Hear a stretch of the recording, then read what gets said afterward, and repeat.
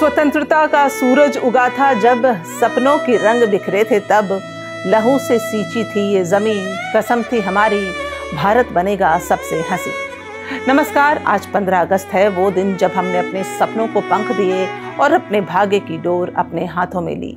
1947 में मिली आज़ादी सिर्फ अंग्रेजी राज का अंत नहीं थी, बल्कि एक नए भारत की शुरुआत थी। सवाल है कि इतने सालों में हमने क्या पाया और हम कहां तक पहुंचे। आज का भारत दुनिया की सबसे बड़ी आबादी और सबसे बड़े लोकतंत्र का घर है।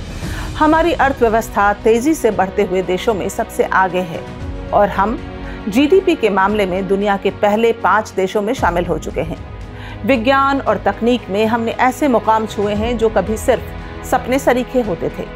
चंद्रयान, मंगलयान और अंतरिक्ष में भारत का झंडा बुलंद करना अब हमारे लिए गर्व की बात है।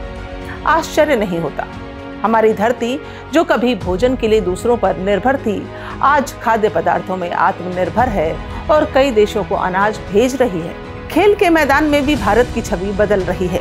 ओलंपिक से लेकर क्रिकेट, हॉकी, बैडमिंटन तक हमारे खिलाड़ी दुनिया भर में देश का नाम रोशन कर रहे हैं। और सबसे बड़ी बात, लोकतंत्र की मशाल हमारे हाथों में आज भी उज्जवल है, जहां हर नागरिक को अपनी आवाज रखने और अपना प्रतिनिधि चुनने का अधिकार है। लेकिन हर चमकते चेहरे के पीछे कुछ धुंधले साए भी होते हैं।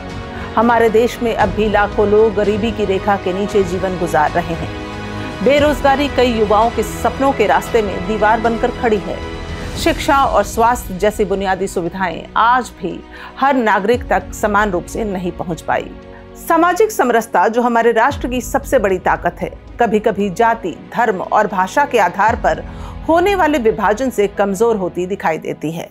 और पर्यावरण, हमारा घर, हमारी धरोहर, प्रदूषण और जलवायु परिवर्तन के खतरे से जूझ रहा है।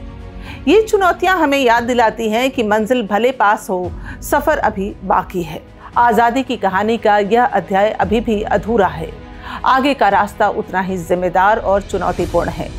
हमें ऐसा भारत बनाना है जहां विकास सिर्फ आंकड़ों में नहीं, बल्कि हर नागरिक की जिंदगी में महसूस हो।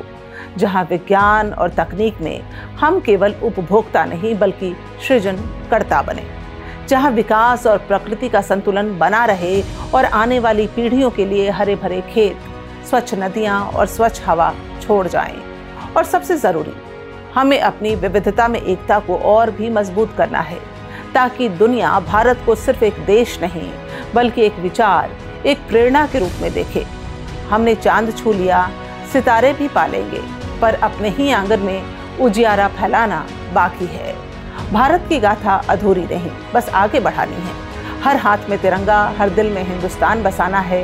ये आज़ादी हमें भले ही विरासत में मिली हो, लेकिन इसे सहेजना, आगे बढ़ाना और आने वाली पीढ़ियों को सौंपना हमारी जिम्मेदारी है। 15 अगस्त का दिन जो है, ये सिर्फ एक तारीख नहीं, बल्कि ये याद दिलाने का भी दिन है कि भारत की यात्रा जारी है और हम सब इसमें यात्री भी हैं और निर्माता भी। जय हिंद।